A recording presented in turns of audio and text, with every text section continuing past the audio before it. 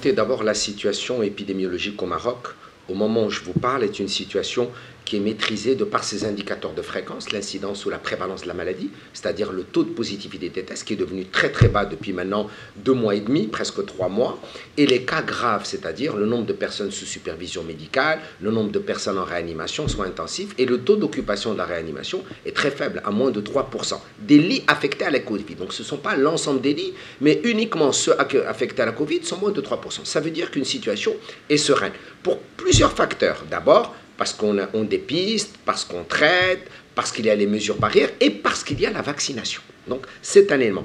Donc, c'est chaque élément, tout seul n'est pas suffisant. C'est l'ensemble des éléments qui expliquent la situation marocaine. Mais attention, de nouveaux variants peuvent arriver. Attention, l'entrée de virus qui ont été, j'allais dire, en circulation en Europe et qui ont subi des mutations peuvent rentrer sur le territoire marocain. Il ne faut pas en faire une psychose, mais il faut rester vigilant et prudent, surveiller les entrées et surtout, ce qui est le plus important, surveiller sur le plan épidémiologique les cas qui pourraient arriver. On ne peut pas fermer nos frontières de façon indéfinie, on ne peut pas surveiller 100% des gens, mais nous pouvons appliquer des mesures de prévention et de contrôle, ce qu'on appelle le contrôle sanitaire aux frontières, pour réduire au maximum la circulation de nouveaux variants. Et donc, la situation européenne, il faut la surveiller, il faut en être vigilant, mais ça ne veut pas dire qu'elle s'appliquera à la situation marocaine. D'ailleurs, différents pays européens ont des situations complètement différentes. L'exemple de l'Espagne montre qu'en Espagne, la situation est bonne, comme dans le contexte marocain, elle est maîtrisée. L'Allemagne, c'est différent, la France, c'est différent. Donc, il faut être prudent, vigilant, mais pas de psychose.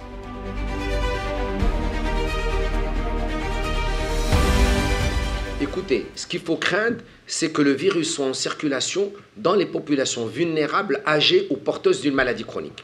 L'enjeu de la Covid-19, il faut bien s'en rappeler, c'est le risque chez les personnes âgées, vulnérables et porteuses d'une maladie chronique. Le risque existe chez toute la population, mais il est beaucoup plus faible chez les jeunes, chez les personnes n'ayant pas donc de maladie chronique et les personnes qui sont en bonne santé. Donc il faut bien le rappeler que dans le contexte marocain, nous avons 98% de guérison. Donc, c'est une maladie qu'il faut surveiller, il faut être prudent, mais ce n'est pas une maladie qui tue de façon importante comme d'autres pathologies. Donc, oui, vigilance, oui, surveillance, mais je crois qu'il ne faut pas craindre une hécatombe ou des décès si, évidemment, nous continuons notre stratégie de dépistage, de traitement précoce, de surveillance et de vaccination, particulièrement des populations vulnérables.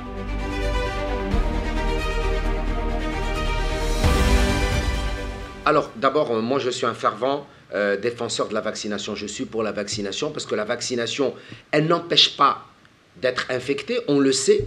Elle réduit la transmission du virus de façon importante, au moins 70%. Mais ce qui est important pour la vaccination, ce sont les formes graves et les formes compliquées. C'est-à-dire, elle réduit de 85 à 90% le risque d'aller en réanimation, soit intensif, et de se compliquer, d'être hospitalisé. Ce qui coûte aussi bien sur le plan financier que sur le plan humain. C'est ça le réel avantage donc, de la vaccination. Donc il faut quand même rester assez prudent. Maintenant, le problème, c'est lorsqu'il y a un certain nombre d'actions qui peuvent obtenir malheureusement un effet inverse. Le pass vaccinal, d'abord, dans la majorité des pays dans le monde, ce n'est pas un pass vaccinal qu'on applique, mais un pass sanitaire. Il est plus élargi, c'est-à-dire on voit ceux qui ont été vaccinés, ceux qui ont une PCR négative ou ceux qui ont eu la maladie. Ce qui donne plus de liberté, plus de flexibilité et qui est logique d'un point de vue épidémiologique pour que les personnes puissent circuler et se protéger mutuellement. Mais l'imposer en 2 à 3 jours a créé malheureusement, et je le regrette, je suis le premier à le regretter, un effet inverse puisque nous avons vu une augmentation du nombre de Marocains qui sont partis se faire vacciner pendant les 4 premiers jours et puis une chute extrêmement importante pour arriver à des chiffres qui sont inquiétants comme le dimanche dernier, on a eu 497 personnes qui ont été vaccinées alors qu'on avait l'habitude de dizaines de milliers, voire donc de 100 000 ou 200 000. Donc il faut être prudent lorsqu'on prend des décisions politiques, et nous sommes des démocrates, nous sommes pour les bonnes décisions politiques que nous soutenons et que nous respectons dans tous les cas.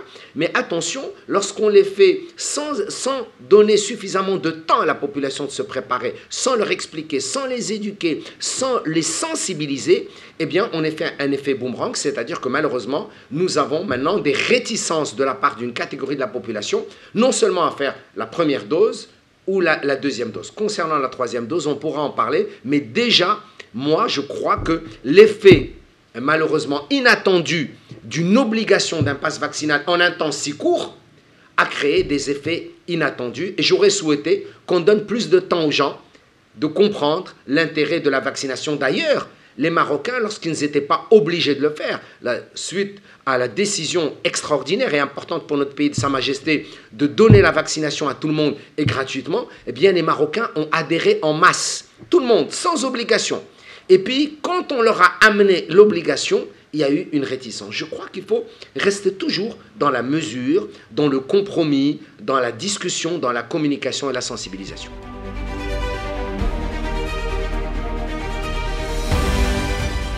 Alors d'abord, le Maroc n'a jamais été un pays de vaccino-sceptiques. Plusieurs pays européens, en particulier la France, dans certaines situations, il y a eu des situations, et c'est ça la démocratie, des vaccino-sceptiques, et il faut respecter les avis de chacun. Le Maroc a toujours été un pays qui adhère aux politiques publiques de façon générale, et surtout lorsqu'elles sont de nature à protéger la santé des populations. Je vous rappelle que le Maroc est un des pays qui est reconnu à l'échelle mondiale et par l'OMS et par l'UNICEF comme étant un excellent élève en matière de vaccination des enfants.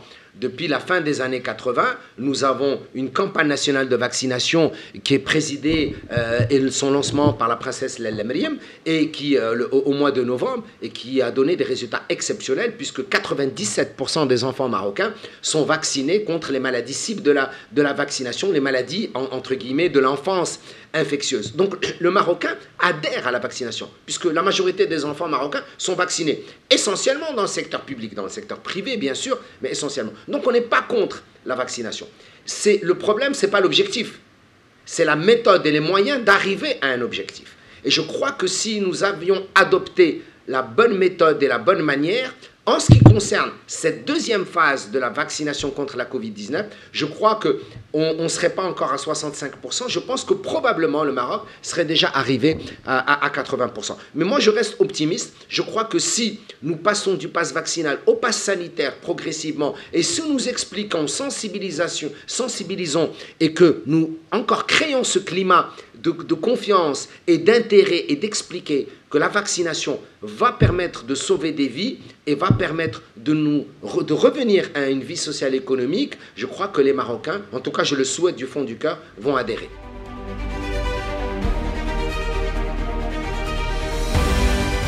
Ce qu'il faut comprendre, c'est deux choses. Le vaccin n'empêche pas d'avoir la maladie. Il réduit le risque d'avoir la maladie. C'est important. Deuxième message, le vaccin protège contre les formes graves. Ce qui est important pour nous, c'est comme pour la grippe saisonnière. Ce n'est pas le fait d'avoir une grippe ou le fait d'avoir le Covid. Ce qui nous inquiète, c'est qu'on ne veut pas qu'il y ait des formes graves et des formes qui mènent à l'hospitalisation, à la réanimation, aux soins intensifs.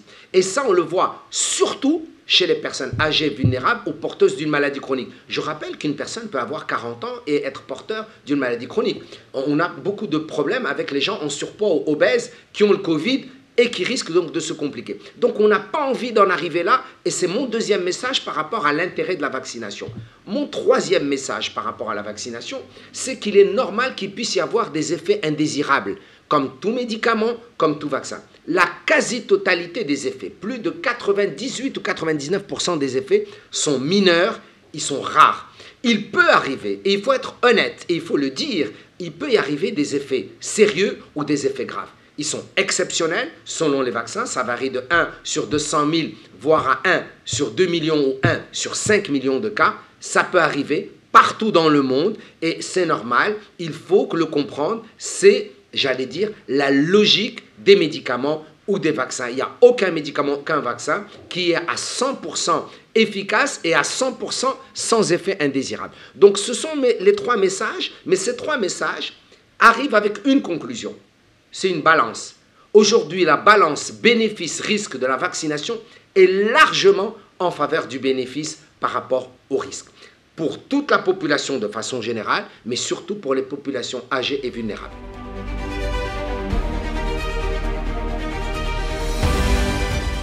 Écoutez, je peux vous dire que toutes les firmes internationales ont été prises de court avec la Covid-19 et se sont lancées dans une bataille technologique et de recherche-développement pour créer un nouveau vaccin contre cette maladie. C'est vrai que pour les gens qui observent l'historique des médicaments et des vaccins, savent qu'il faut à peu près une dizaine d'années pour développer dans la recherche-développement un médicament, un vaccin. Et que on peut se poser des questions. Mais d'un autre côté, nous avons en face les résultats observés dans tous les pays à travers le monde. Et il y a eu plus de près de 3 milliards et quelques de personnes qui se sont fait vacciner. Je crois que c'est important de bien comprendre que quand on voit à l'échelle mondiale, eh bien, on a réduit de façon significative les complications et les cas graves, pas la transmission. Et c'est pour ça qu'on a toujours dit que ce n'est pas la vaccination, ce n'est pas le confinement, ce n'est pas certaines mesures seules qui vont lutter contre la pandémie. C'est un ensemble de mesures, c'est un package, un ensemble de mesures qui va nous permettre de réduire la circulation du virus et de contrôler donc la pandémie. Donc c'est vrai que le fait que ça soit créé en un an, mais d'un autre côté, ça nous a permis de sauver des vies. D'un autre côté, ça a réduit la circulation du virus. D'un autre côté, ça a permis de revenir à une vie sociale et économique. Ce n'est pas parfait, je vous l'accorde, ce n'est pas génial, on aurait voulu observer, voir s'il n'y a pas d'effet indésirable à moyen ou à long terme, ce serait l'idéal, mais vous savez, des fois, l'idéal, on ne peut pas toujours l'obtenir. Et malheureusement, on a une urgence, et l'urgence, c'est d'abord sauver des vies et réduire la transmission du virus.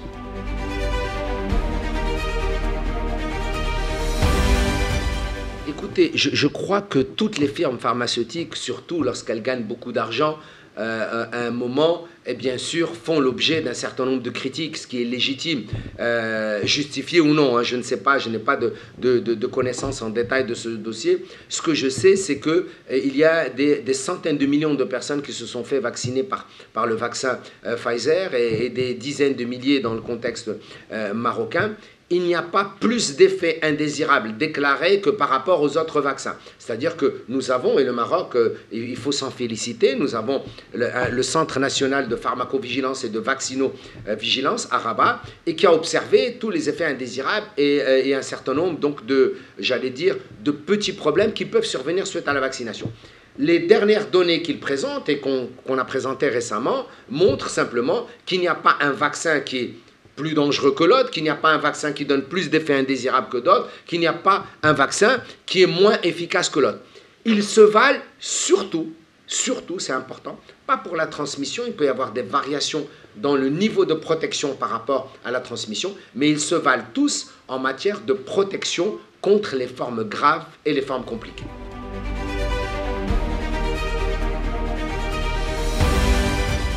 Je crois que pour la troisième dose, encore une fois, il ne faut pas se précipiter. Je crois que les données scientifiques à l'échelle mondiale montrent qu'il y a un intérêt à la troisième dose lorsque nous avons des circonstances particulières que je vais expliquer. Normalement, notre protection, ce qu'on appelle les anticorps protecteurs suite à la maladie ou suite à la vaccination, mettent en moyenne, pour commencer à chuter, environ 200 jours, c'est-à-dire 6 mois. Ces 200 jours, on constate qu'on a perdu au moins 50% de nos anticorps protecteurs, sinon plus. Et donc, un certain nombre d'études à l'échelle internationale ont dit, attention, si nous perdons ces anticorps protecteurs, nous risquons une recrudescence donc, des nouveaux cas et que la personne qui était protégée ne le soit plus, particulièrement les personnes âgées, ceux qui sont dans des maisons de retraite, ceux qui sont hospitalisés, ceux qui ont une maladie chronique. Donc, redonnons-leur un boost d'une troisième dose et observons. On leur a donné un boost d'une troisième dose à l'échelle internationale et on a observé une remontée des anticorps protecteurs pendant encore quelques mois. Mais aussi bien le CDC, la FDA, l'Organisation mondiale de la santé préconisent cette troisième dose à 2 conditions au moins. 1, avoir un système qui est immunitaire, qui est déprimé, c'est-à-dire c'est adressé aux immunodéprimés qui ne sont plus protégés, c'est adressé aux 65 ans et plus. D'abord et avant tout, il n'est pas écrit ni à l'OMS ni à la FDA, CDC de donner la troisième dose à toute la population dans l'état actuel. Dans l'état actuel, je parle des connaissances actuelles, elles peuvent évoluer avec le temps. Mais dans l'état des connaissances actuelles, d'ailleurs, les Belges, les Allemands, même en France, c'est à partir donc d'un certain âge, ce n'est pas adressé à tout le monde. Pourquoi ? Parce qu'il y a aussi une autre logique derrière. Et la priorité, à mon sens, encore une fois, ça n'engage que moi, c'est d'abord la D1, ensuite la D2 et ensuite la D3 a une particularité chez les personnes âgées, vulnérables et avec maladie chronique, et ensuite donner la D3 au reste de la population lorsque la situation épidémiologique l'exige. Donc ma priorité, c'est d'abord de vacciner avec la première et la deuxième dose ceux qui ne sont pas vaccinés. Ma priorité, ce n'est pas la troisième dose. Par contre, je peux offrir la troisième dose aux personnes qui ont un système immunitaire qui est déprimé et qui sont âgés et qui ont une maladie chronique parce qu'après 6 mois, ils sont moins protégés. Et je crois que ça, c'est scientifique, c'est logique. Il y a des bases épidémiologiques et de santé publique.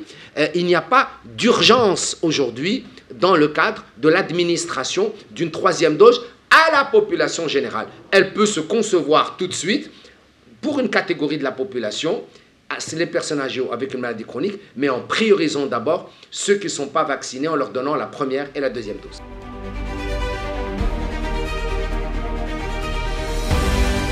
Écoutez, je crois que moi, je respecte les décisions du gouvernement et je les appliquerai, bien évidemment. Moi, j'ai reçu ma troisième dose parce qu'en tant que médecin, je travaille et je suis obligé de me protéger ou protéger donc les autres. Mais ce que je veux dire, c'est que je préfère prioriser ceux qui ne sont pas du tout vaccinés, avec la première et la deuxième dose, ensuite de donner la troisième dose aux personnes âgées vulnérables avec maladie chronique, et ensuite, en fonction de la situation épidémiologique, je pourrai généraliser la troisième dose. Ça, c'est mon point de vue. Évidemment, ceux qui parlent de ça prédisent l'avenir et il ne faut pas prédire l'avenir parce qu'on n'en sait rien. La seule chose qui est importante, c'est que dans les dynamiques épidémiques, surtout pour les maladies virales respiratoires, il peut y avoir un cycle. Le problème, c'est que la Covid-19, on ne la connaissait pas avant décembre 2019. Et donc, on ne connaît pas son cycle. Je vous donne l'exemple typique. H1N1, vous n'en entendez plus parler. H5N1 non plus. Le SARS non plus. Le SARS-CoV-1, on n'en entend plus parler également. Ça veut dire qu'il y a des cycles. Et les cycles peuvent durer 1 an. C'est le cas de la grippe saisonnière.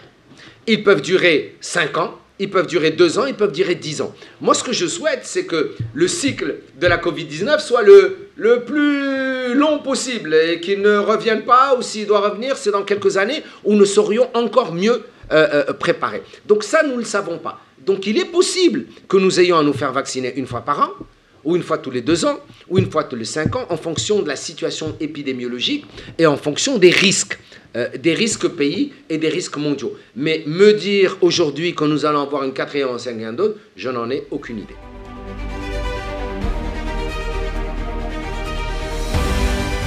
Alors c'est une très bonne question.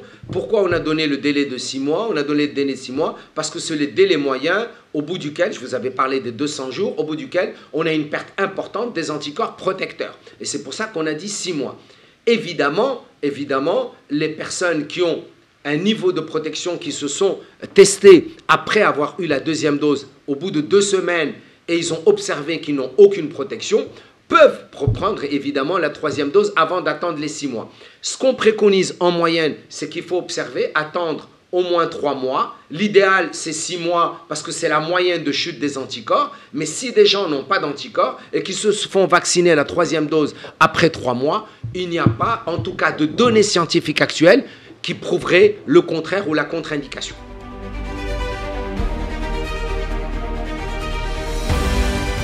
En fait, il y a beaucoup de gens qui, de façon encore une fois, assez incroyable, ils ramènent l'hydroxychloroquine à Raoult. C'est faux. L'hydroxychloroquine, ce n'est pas Raoult. L'hydroxychloroquine, ce sont les Chinois. Les premiers à avoir testé l'hydroxychloroquine, ce sont les Chinois. Quel est l'apport important de Raoult? Et après, c'est l'histoire et c'est la science qui jugera. Ce qu'a fait Raoult, c'est qu'il a rajouté l'azithromycine.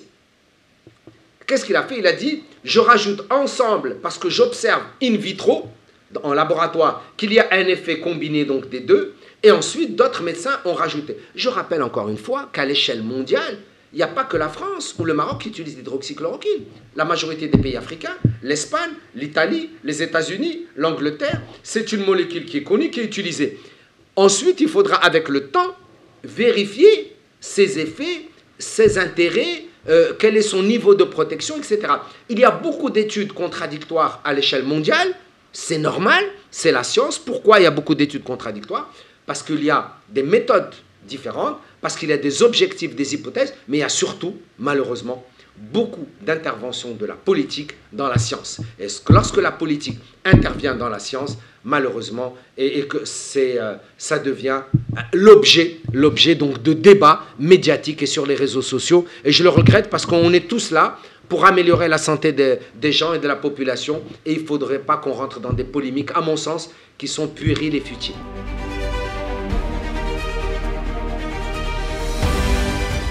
Aujourd'hui, nous savons, et c'est l'objet d'une communication avec mes amis tunisiens dans 1 heure, c'est le rôle de la vitaminothérapie dans l'immunité. Et nous savons qu'un certain nombre de vitamines, et particulièrement la vitamine C, le zinc, la vitamine D, le sélénium, également, il y en a d'autres, hein, le cobalt, par exemple, le cuivre, d'autres micronutriments, ce qu'on appelle nous les micronutriments, jouent un rôle crucial dans l'immunité. Dans quel niveau? Pour rester très très simple, ils permettent non seulement le développement des cellules immunitaires, les cellules T et les cellules B, leur développement, leur prolifération et surtout leur modalité d'action, le renforcement de leur modalité d'action. Donc la vitaminothérapie, et ce n'est pas le cas du Maroc, dans tous les pays donc, du monde, a montré des effets complémentaires d'un protocole global donc thérapeutique. Mais ça ne veut pas dire qu'il faut les maintenir à vie. Attention, même la vitamine C ou le zinc ou la vitamine D ou d'autres micronutriments doivent être appliqués avec les doses scientifiques connues et pour une période de temps particulière. Donc c'est un tout.